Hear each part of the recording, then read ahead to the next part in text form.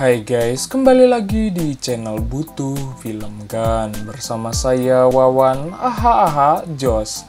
Kali ini kita akan bahas cerita singkat anime Rikkei Gakoi Season 2 episode ke-12.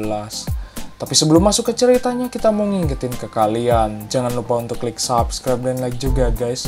Ayo sama-sama bantu channel ini supaya memberikan hiburan ke semua orang, oke? Shikijo berubah menjadi tsundere atau psikopat akibat penolakan rasa cintanya kepada Kanade. Sementara itu, Profesor Kano menceritakan kepribadian Shikijo.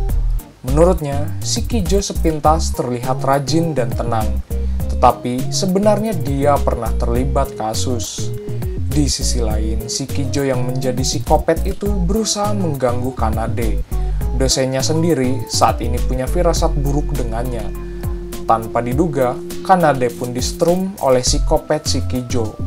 Rupanya, Kanade diculik oleh Shikijo ke sebuah tempat dan dia pun diikat oleh tali. Di dalam gedung itu ada Shikijo dan para pria hidung kecombrang. Salah seorang pria itu berusaha menggodanya untuk diperkosoi. Hawa maksiat pun terpancar pada wajah pria tersebut. Namun Shikijo menyetrum pria itu dan merujaknya karena berusaha menggodanya. Benar-benar kejam seperti psikopat. Akhirnya pria itu terluka.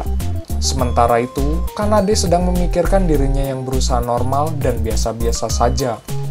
Tentu, itu membuat bingung Shikijo. Namun sebenarnya, Shikijo mengakui kalau dia ingin membuat Kanade normal. Dia juga ingin cinta yang normal dan biasa. Shikijo juga bercerita kalau dulunya dia anak bangor. Babehnya selalu membela dirinya. Akan tetapi setiap hari dia selalu disiksa. Proses cintanya saat ini dijalani secara biasa. Dari mulai teman menjadi dekat dan bobogohan. Namun sayangnya penolakan cintanya pada malam yang poek itu membuat Shikijo makin gelo. Dia menganggap kondisi tersebut adalah kesalahan dari Kanade. Kanade pun menyadari kalau saja dia bisa mengikuti standar biasa dari Shikijo, mungkin tidak akan terjadi penculikan.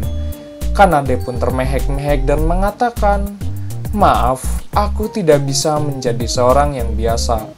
Aku selalu berpikir selalu harus menjadi biasa. Aku berusaha untuk tidak ingin merepotkan orang lain. Aku tidak tahu harus bagaimana lagi. Untuk menjawab harapanmu, aku tidak bisa melakukannya." Yukimura Senpai juga malah mengatakan hal buruk. Padahal dia lembut dan jujur, dan aku mengaguminya. Kemudian, para pria hidung kecombrang itu mengetahui kalau Shikijo ditolak oleh Kanade, dan tidak ada pilihan lain untuk memaksa dirinya. Tanpa diduga, Yukimura datang melabrak tempat tersebut. Dia mencari Shikijo karena dapat informasi dari dosennya. Yukimura dan Himuro berusaha menghubungi Kanade, namun tidak bisa. Karena mendapat firasat buruk, dia melakukan pencarian, sampai akhirnya menemukan sebuah tempat rahasia di pinggir kampus. Shikijo bilang kalau Kanade tidak normal, maka dia berusaha memperbaikinya. Karena sebenarnya, Kanade adalah gadis ideal baginya untuk menjadi kabogohnya karena ramah, berwibawa, dan pastinya wangi. Kemudian Yukimura pun membuka data presentasi DNA Kanade. Pria di sana sampai ngahuleng. Yukimura sampai menghubungi bagian biologi untuk memeriksa jigong milik Kanade. Tidak semua menerima hal biasa dari diri Kanade. Takahashi Sensei pada videonya menjelaskan kalau kejadian sebelumnya bukanlah salah Kanade, melainkan jika terjadi salah posisi labuh, Takahashi Sensei akan menggerepe gunung kembar milik Kanade. Sementara itu, para sesepuh lab Ikeda pun mengatakan kalau Kanade adalah gadis yang kuat. Kanade juga gadis yang manis dan ceria, selalu peduli dengan sekelilingnya. Dari data itu, 50% orang menyukai Kanade meskipun tidak biasa. Tanpa diduga, salah satu pria itu menghajar Yukimura. Dia pun bingung terhadap penjelasan tersebut, sampai Yukimura tigoleprak. Kemudian Yukimura mengeluarkan cairan air aki berbahaya tersebut. Dia pun menyiramkannya kepada pria hidung kecombrang dan membuat riweuh mereka. Saat Shikijo mau cabut, dia pun kadupak sampai labuh dan juga disiram cairan tersebut.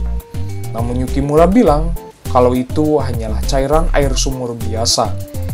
Singkat waktu, Shikijo dan para bebenguknya ditangkap polisi. Akhirnya, Yukimura menyelamatkan Kanade. Dia berpesan daripada susah menjadi orang biasa, lebih baik hidup apa adanya saja. Kemudian Himuro melihat perhaduan mekanik antara mereka berdua, yang harusnya Yukimura lebih memperhatikan Himuro sebagai kabogohnya. Akhir cerita, Himuro memberitahu sesuatu kalau Kanade lebih menyukai dirinya. Himuro pun pasrah dengan hal tersebut. Sementara itu Kosuke masih riweuh karena dia tidak sadar malah memilih menolak menikah dengan Aika. Maka dari itu, Himuro lalu membuat penelitian siapa di antara mereka berdua yang paling menyukai Yukimura. Anyway, cukup segini pembahasan ceritanya. Sampai jumpa di video berikutnya. Bye-bye.